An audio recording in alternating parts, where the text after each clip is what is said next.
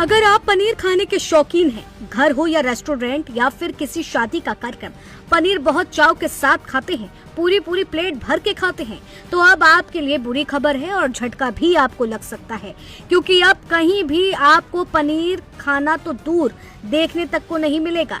जी हाँ, यूपी समेत 4 राज्यों में पनीर बनाने से लेकर बाजारों में पहुंचाने तक सब पर फूड विभाग ने बैन लगा दिया है। यानी पनीर अब आपके खाने की थाली को अलविदा कह चुका है। लेकिन ऐसी नौबत क्यों आई है? आखिर ऐसा क्या हो गया जिसकी वजह से राज्य सरकारों को ऐसा फैसला लेना पड़ गया? चलिए आपको हम सब कुछ समझाते हैं। दरअसल कई दिनों से देश भर में फूड विभाग की टीम एक्टिव है। इस बात में कोई दो राय नहीं है कि त्योहार आते ही मिलावटखोर एक्टिव हो जाते हैं। लेकिन इस बार छापेमारी में त्योहार को लेकर नहीं, बल्कि सालों साल से पब्लिक को बेवकूफ बनाने का काम पनीर बनाने वाले कर रहे थे, जिसके बाद एनालॉग पनीर को लेकर वो खुलासा हुआ जो आपको भी हैरान कर देगा। हाल ही में यूपी, छत्तीसगढ़, महाराष्ट्र, एमपी और गुजरात, यहाँ की राज्य सरकारों ने एनालॉग पनीर के बनाने, बेचने और बांटने पर पूरी तरह से बैन लगा दिया है। इसके पीछे की सबसे बड़ी वजह यही है कि एनालॉग पनीर को डेयरी पनीर बताकर आम जनता को बेचा जा रहा था। कस्टमर के भरोसे को तोड़ करके उन्हें ठगा जा रहा था।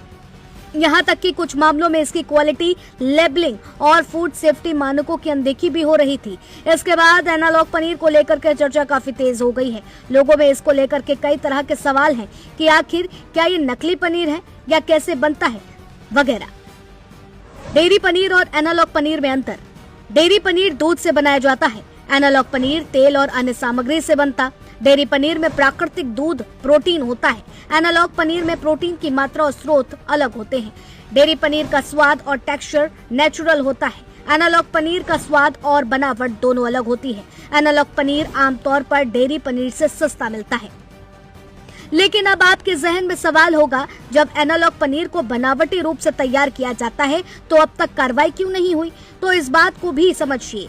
कानूनी रूप से देखें तो भारत में एनालॉग पनीर बनाना पूरी तरह से वैध है, मगर तब तक जब तक बताए गए मानकों के आधार पर इसे बनाया जा रहा हो तब तक। फूड विभाग की तरफ से बताया गया है कि analog paneer non dairy substitute food category है। यह एक तरह से पनीर का विकल्प है, लेकिन इसे डेयरी पनीर बताकर बेचना फूड सेफ्टी के नियमों का उल्लंघन है। कस्टमर को यह जानने का भी अधिकार है कि वह डेयरी पनीर खा रहा है या एनालॉग, इसलिए पैकेट पर स्पष्ट रूप से एनालॉग की जानकारी देना अनिवार्य है। साथ ही अलग होटल, रेस्टोरेंट में एनालॉग पनीर का इस्तेमाल हो रहा है तो मेन्यू भी इसकी स्पष्ट जानकारी होनी चाहिए, मगर नियमों के मुताबिक इससे जुड़े कोई भी रूल फॉलो नहीं किए जा रहे थे। अब सवाल है कि आखिर क्या इतनी बात पर सरकार इसे बैन क्यों करेगी? दरअसल इसके पीछे का भी एक बड़ा कारण है, क्योंकि ये पनीर जो भी व्यक्ति खाएगा उसके शरीर पर ये सीधा नुकसान पहुंचा सकती है।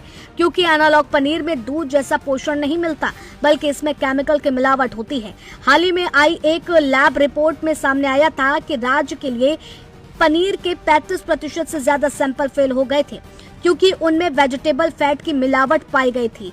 इसी गंभीर चिंता को देखते हुए सरकार ने यह सख्त कदम उठाया है, जिसके बाद से राज्यों में एनालॉग यानी नॉन डेयरी पनीर पर तुरंत रोक लगा दी गई है। अब इस पनीर को बनाना, प्रोसेस करना, पैक करना, स्टोर करना, एक जगह से दूसरी जगह ले जाना और बिक्री करना पूरी तरीके से बंद कर दिया गया है। यह नियम पूरे 5 राज्यों में लागू कर दिया गया है। जो लोग ऐसा करते पाए जाएंगे उनके खिलाफ भी सख्त कार्रवाई की जाएगी।